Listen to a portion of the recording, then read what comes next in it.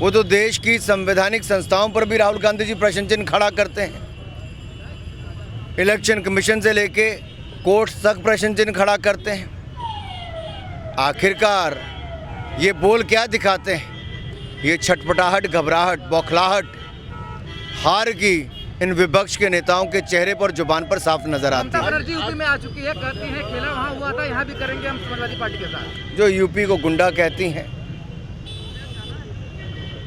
उनका समर्थन करने, उनका सहयोग लेने अखिलेश यादव जी जाते हैं। आप समझ सकते हैं, एक पश्चिम बंगाल में जिनके राज में दंगे होते हैं, गुंडों को समर्थन मिलता है, दूसरे सपा के अध्यक्ष जो मुख्यमंत्री, तब यहाँ पर गुंडों को समर्थन और अपराध घटनाओं को बढ़ावा मिलता है। पार्टी छिप छिप कर टिकटें दे रही है, क्योंकि जब खुलकर टिकटें दी तो कैंडिडेट कम, अपराधी ज़्यादा नज़र आए, चार्जशीट वाले ज़्यादा नज़र आए, हिस्ट्री शीटर ज़्यादा नज़र आए, तो समाजवादी पार्टी 2 फुट पीछे गई है और अब छिप छिप कर टिकटें दे रही है। बाद में टिकटें बदल भी रही है, उनके लोग पार्टियां भी छोड़ रहे हैं।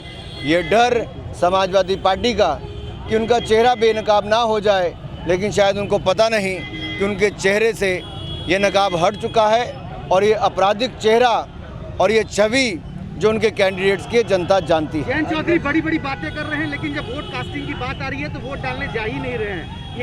जो अपना वोट डालने नहीं जाते,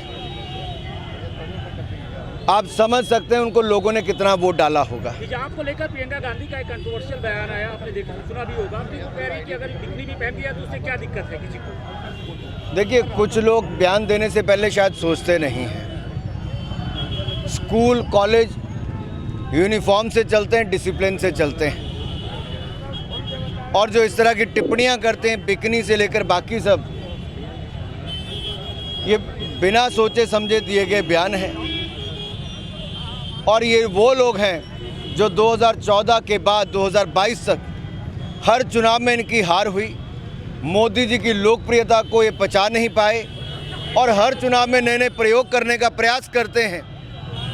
कभी बिकनी, कभी हिजाब की बात करते हैं, कभी सीएए तो कभी रफेल की बात करते हैं, लेकिन जनता कभी इनको स्वीकार नहीं करती है, ना आगे करेगी, क्योंकि ये गरीब कल्याण की बात नहीं करते। ये तुष्टीकरण की राजनीति करके वोट बटोरना जानते हैं, लेकिन मोदी जी, योगी जी ने गरीब कल्याण का काम करके, पक्के मकान देके, बिजली का कनेक्शन देके, मुफ्त में राशन देके, मुफ्त में वैक्सीन लगाकर, इलाज देकर, विकास करके, सड़कों से लेकर रेलवे हाईवे बनाकर जनता और प्रदेश को आगे बढ़ाने का काम किया है।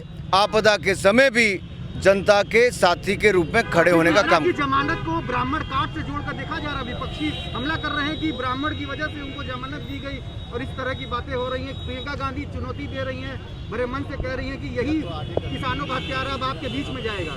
देखिए, चाहे किसी स्टार पुत्र की जमानत हो या किसी आम गरीब आदमी की या किसी नेता के पुत्र की, आखिरकार उस केस को देखकर कोर्ट निर्णय लेती है, तथ्यों को देखकर, और कोर्ट ने जो निर्णय किया है वो न्यायपालिका का निर्णय है, न्याय करने का काम करती है और हमें पूर्ण विश्वास है, हमें तो विश्वास है न्यायपालिका पर। शायद